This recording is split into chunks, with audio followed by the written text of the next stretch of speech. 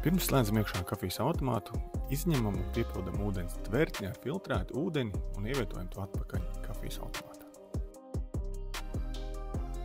Pupiņu tvertnē ieberam savas iemīļotākās kafijas pupiņas un uzliekam vāciņu. Tad slēdzam iekšā kafijas automātu, 3 sekundes turot nospiestu ieslēgšanas pogu. Pirms dzēriena pagatavošanas iespējams noregulēt kafijas tilpumu, stiprumu un dzēriena temperatūru 3 dažādos līmeņos. Lai kafiju pagatavot no maldās kafijas, pāris sekundes paturam kafijas pupiņu simbolu un ieberam malto kafiju tam paredzētajā vietā. Kad automāts ir gatavs darbam, uz ekrāna izvēlamies sev vēlamo dzērienu. Ar Galernu A1 kafijas automātu varēsiet pagatavot espresso, melnu kafiju vai amerikāno.